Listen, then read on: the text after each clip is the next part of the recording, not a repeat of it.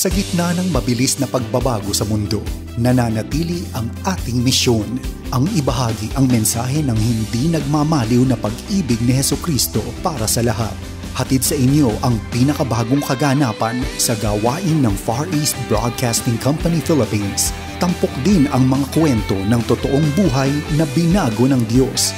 Narito si Dan Andrew Cura sa The President's Report. Magandang araw sa iyo, kaibigan, at naway nasa maayos kang kalagayan sa kabila ng mga pabago-bagong panahon natin. Ngayon, nais kong ibahagi sa iyo ang ilang updates patungkol sa ating shortwave broadcast sa Myanmar. Alam po natin na ang bansang Myanmar ay nasa matinding krisis buhat ng mamuno ang gobyernong militar Pebrero nitong taong ito. Patuloy ang balita tungkol sa tumitinding karahasan at kaguluhan sa bansa at lalong nagpahirap sa mga mamamayang Burmese ngayong panahon ng COVID-19.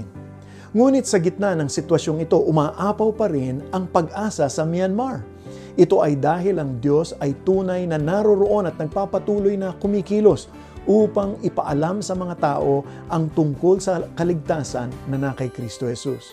Ako po ang inyong kaibigan, si Dan Andrew, at samahan niyo ako dito sa ating palatuntunang The President's Report.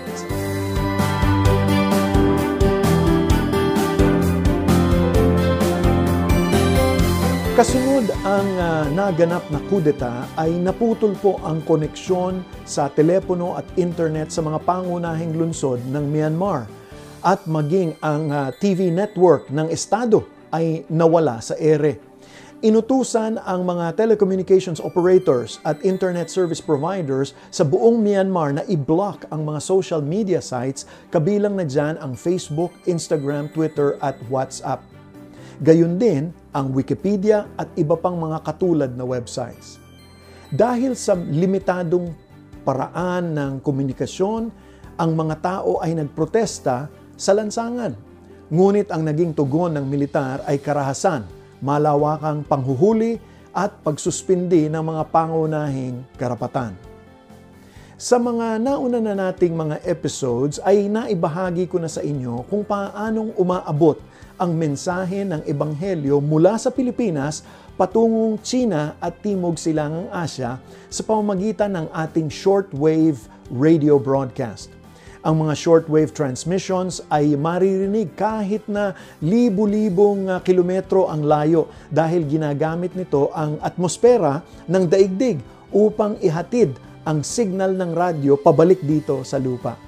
Dahil sa siyensyang ito, ang mga shortwave broadcast natin ay hindi nalilimitahan ng mga balakid at maging ang mga kapangyarihang politikal. Sa gitna ng patuloy na krisis sa Myanmar, pinupuri namin ang Diyos para sa isang napakabuting balita na aming natanggap.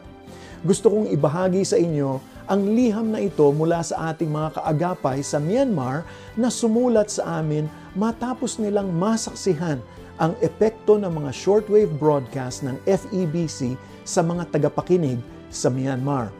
Na upang maprotektahan po ang mga taong ito, hindi po namin ibubunyag ang kanilang mga pangalan at lokasyon. Ito po ang sulat na galing sa Myanmar. Nais kong magbigay ng update tungkol sa isang nakatutuwang balita na natanggap namin mula sa aming mga kasamahan sa ministeryo. Ang ilang mga pastor ay nagtungo sa isang pangkat ng mga katutubo kung saan nasaksihan nila ang isang mainit na pagtanggap sa Ebanghelyo.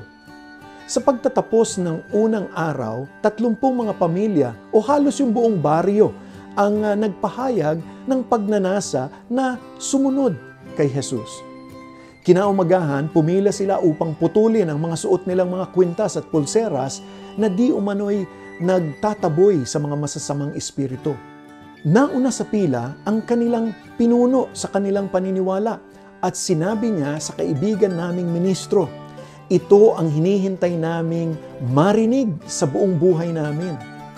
Tinanong ng kaibigan namin kung may dumating na ba doon sa kanila upang ipaliwanag ang Ebanghelyo at ang kanilang sagot ay ito. Taon-taon na kaming nakikinig sa mga broadcast sa radyo tungkol kay Jesus at lagi naming gusto pang matuto ng higit pa. Pero kayo ang unang pumunta dito upang ipaliwanag ito sa amin ng personalan. Pinasasalamatan nila ang mga broadcast ng FEBC Radio para sa paghahanda sa mga kaluluwa sa lugar na ito bago sila dumating. Pagkalipas ng ilang araw, dumating ang militar at binantaan ang mga taga roon gamit ang kanilang mga baril upang talikuran ang kanilang bagong pananampalataya. Sa kabila ng banta sa buhay ay tumanggi sila. Humingi ng multa ang militar sa bawat sambahayan na piniling sumunod kay Jesus. Mas pinili nila na magbayad ng multa sa halip na bitawan ang kanilang pananampalataya. Sa kasamaang palad, ang kaguluhan sa politika sa Myanmar ay humahadlang pa rin sa ating mga kaministro sa pagbabalik doon sa lugar na iyon. Ngunit patuloy silang umaabot at nagtuturo sa pamamagitan ng telepono hanggang sa magkaroon muli ng pagkakataon na makapunta doon at makabalik. Nabuhayan kami ng loob sa ulat na ito at gusto naming kayong nasa FEBC na mahikayat dahil kumikilos pa rin ang Diyos sa gitna ng kaguluhan dito sa Myanmar. Salamat sa patuloy na pagbo-broadcast at pagpapahayag ng Ebanghelyo. Kami ay nagpapasalamat para sa inyo. Naku, pinupuri po namin ang Panginoon sa mga patutuong tulad nito na aming naririnig dahil nalalaman namin kung gaano kahalaga ang ating mga programa para sa ating mga tagapakinig. Marami sa ating mga tagapakinig ay nakatira sa mga malalayong lugar, sa mga kabundukan na hindi madaling abutin ng lokal na mga simbahan. Sa ilang bansa, ang ating mga programa ay napapakinggan lamang sa loob ng 15 minuto, 3 hanggang 5 beses sa isang linggo. Isipin mo na lang kung ikaw ang isang tagapakinig na umaasa sa nag-iisang programa upang marinig ang salita ng Diyos at makilala si Hesukristo.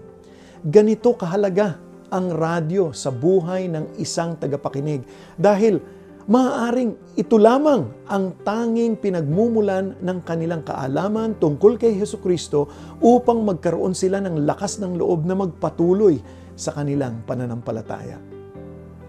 Patuloy po nating ipanalangin ang Myanmar.